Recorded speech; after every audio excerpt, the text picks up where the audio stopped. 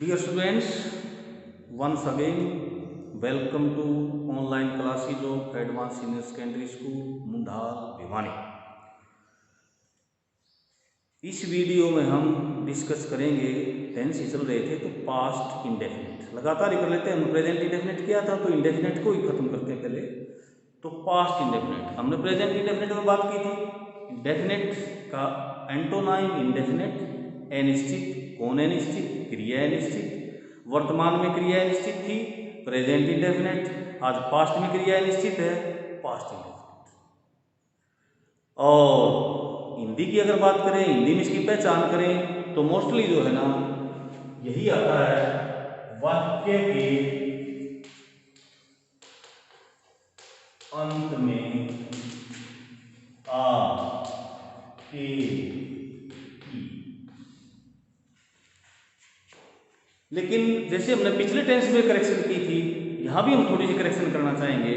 ये आ ए ई कहीं भी नहीं वर्ब के साथ आनी चाहिए, क्रिया के साथ आनी चाहिए। हिंदी में जो क्रिया होती है लास्ट में आती है सेंटेंस के, तो उसी के साथ आ ए ई। उसने सांप मारा, उसने सांप मारा। मैंने ईमेल भेजी।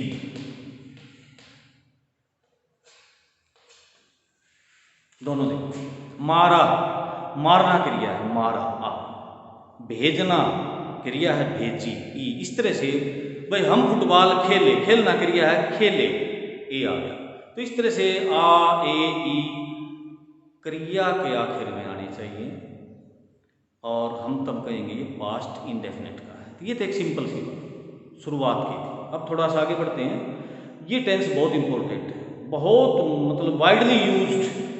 हम कोई मतलब जब बात करते हैं या कोई भी किसी चीज़ का जो है ना जिक्र करते हैं, इस टेंस का सबसे ज़्यादा प्रयोग होता है। आप किसी बुक को उठा के देखेंगे तो इन दो टेंसेज के जो है ना सेंटेंस सबसे ज़्यादा मिलेंगे, present indefinite and past indefinite is above than present indefinite.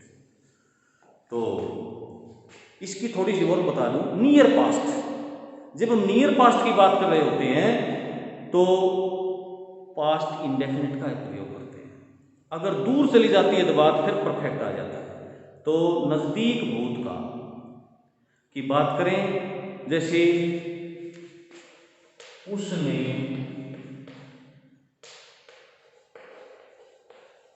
पिछले मास कार बेची।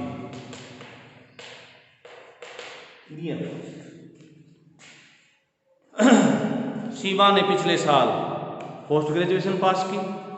तो इस तरह से तीसरी बात, historical event is always expressed in past indefinite, चाहे वो कितनी भी पुरानी हो और चाहे वो कल की हो। मेरे पिताजी 1986 में मरे, ये मेरी पर्सनल हिस्ट्री है। भारत 1947 में आज़ाद हुआ, नेशनल हिस्ट्री है। और कितनी बड़ी इवेंट्स है, आप 10,000 साल पुरानी ले जाइए। तो historical event is always expressed in past indefinite. तीसरी बात ये हुई। फोर्थ, हिंदी में जब हम बात करते हैं, बार बार हमको स्टोरी को मतलब एक्सप्लेन करते हैं। जब हिंदी में बात करते हैं, एक चूहा था, तालाब के पास रहता था, वहीं जंगल में एक शेर भी रहता था, वो पेड़ के नीचे खेलते थे। तो इस तरह से जब हम कोई इंसिडेंट, किसी को मतलब स्टोरी को या किसी कंटेक्स्ट में बात करते हैं, तो जो एक्सप्लेनेशन आती है उसमें बार बार ता था, ते थे, ता था, ते थे, ती थी, इस तरह के जो सेंटेंस आते हैं उनमें से कंटेक्स्ट की बात कर रहे हैं हम, सिंगल नहीं। सिंगल सेंटेंस होगा तो मॉडल से बनाएंगे उसको। जैसे वो रोज मंदिर जाती थी, this is sentence of modal use to, not past indefinite, but just like past indefinite use to, but there is difference. उसको मॉडल कहेंगे, यहां हम सीधा पास्ट इंडेफिनिट की बात कर रहे हैं।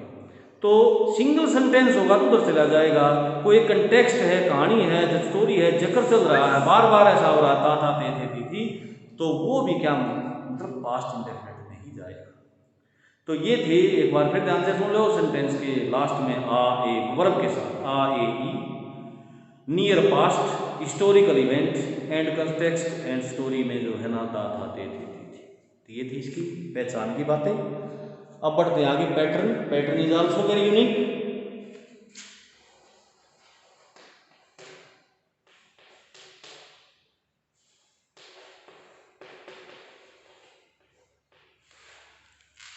Just like present indefinite, here is also no helping verb in simple sentence. सीधे वाक्य में, सिंपल वाक्य में यहाँ भी हेल्पिंग वर्ब कोई नहीं है, आगे इसमें भी आ जाएगी जैसे वहाँ बाद में आ गई थी। तो अब यूनिक, मैंने कहा था यूनिक है। यूनिक इसलिए है कि ये जो V2 लिखा हुआ है, इस V2 का पूरी इंग्लिश में इस टेंस के सिवा कोई ग्राहक नहीं है, मतलब इसलिए अपने आप में यूनिक है। सेकंड फॉर्म का प्रयोग केवल पास्ट इंडेफिनिट में होता है, और आप ग्रामर में कुपड़े कहीं आपको सेकंड फॉर्म का प्रयोग नहीं मिलेगा, तो इसलिए टेंस अपने आप में यूनिक है। तो बात करते हैं अभी सेंटेंसेस की, इसी पैटर्न को अप्लाई करते हुए। हाँ, उसने शराब मारा, ही किल्ड स्नेक या द स्नेक, सॉरी, मैंने ईमेल भेज दी, आई सेंट द ईमेल। तो सब्जेक्ट है ही, आई, किल्ड, सेंट। यहाँ प्रेजेंट इंडेफिनिट की तरह एक वचन या बहुवचन देखने की, सिंगुलर प्लूरल ऐसे एस कोई लफड़ा नहीं, सीधा सा है सब्जेक्ट के बाद सेकंड फॉर्म ऑब्जेक्ट। अब आ जाइए नेगेटिव।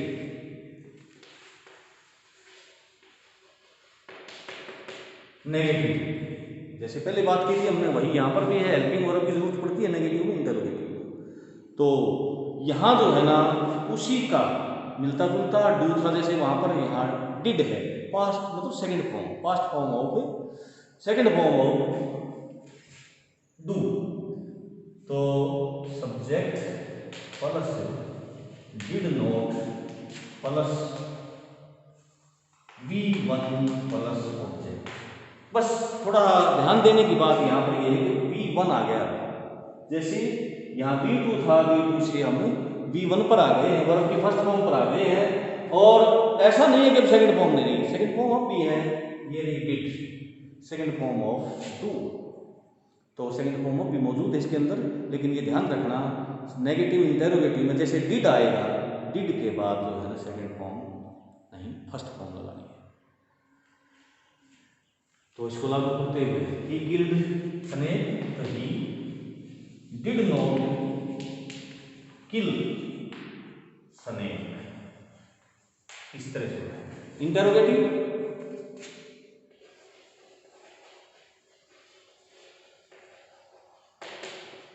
इंटरोगेटिव वही हेल्पिंग वर्ब को सब्जेक्ट से आगे रख दें, इंटरोगेटिव हो जाता है। जैसे हमने प्रेजेंट इंडेफिनिट में बात करी थी, this is a chalk, is this a चौक।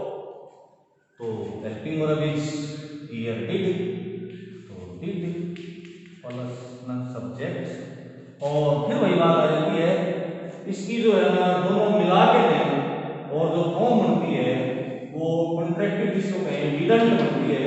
अगर डिडंट के साथ मतलब ज्वाइंट इसको लेके जाएंगे तो आगे पूरा चला जाएगा, और अलग अलग वर्ड लिखेंगे तो फिर डिड के बाद यहाँ सब्जेक्ट के बाद इन्होंने आएगा, अगर है तो, जरूरत है तो, अदरवाइज नहीं। और plus V1 object and question mark, ये था सिंपली। अब इसको जैसे बनाए, आई सेंट द ईमेल, तो did I send the email, ये बने। प्रेजेंट इंडेफिनिट में जैसे बात की थी क्वेश्चन की, फिर मतलब हमने अपनी मातृभाषा की जो है मदद लेते हुए इसको दो तरह से प्रश्नों को थोड़ा सा अलग अलग किया था कि शुरू में क्या आता है, कुछ के भी अंदर जो है ना क्वेश्चन वर्ड आते हैं, जैसे कब, कहाँ, कौन, वट, वेन, वेयर, वाई। तो वो स्थिति यहाँ भी है जो कि लागू होगी। तो अब हमने देखा कि जब खाली ये था, क्या उसने ईमेल, क्या मैंने ईमेल भेज दिया, तो डिड आ गया सीधा सा।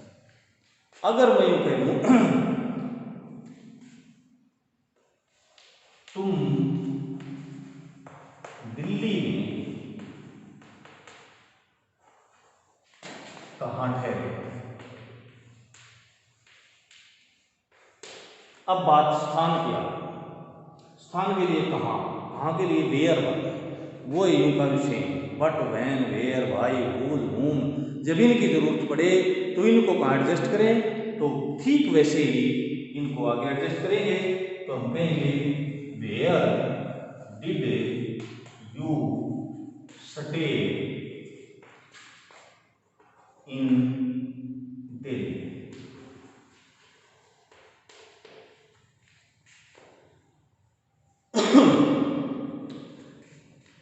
फिर वही प्रेजेंट इंडेफिनेट की तरह यहाँ भी इंटरोगेटिव सेंटेंसेस जो है ना सिंपल की तरह बन जाते हैं, वही वैसा ही पैटर्न यूं का यूं। एक बार आप देखो,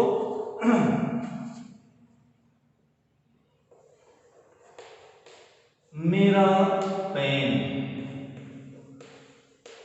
किसने तोड़ा, ये तुम कहेंगे who broke my pen, who broke my pen. अब हम जब इस क्वेश्चन को रिस्पॉन्ड करेंगे, आंसर देंगे जब इसका, तो हम कहेंगे भाई नरेन ने तुम्हारा पेन तोड़ा, Naren broke your pen, Naren broke your pen. तो who is replaced by Naren, when a question word is replaced by the answer in this that way, such sentences are made directly just like simple sentences.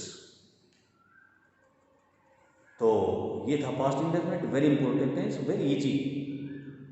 I hope you have understood this and do exercises.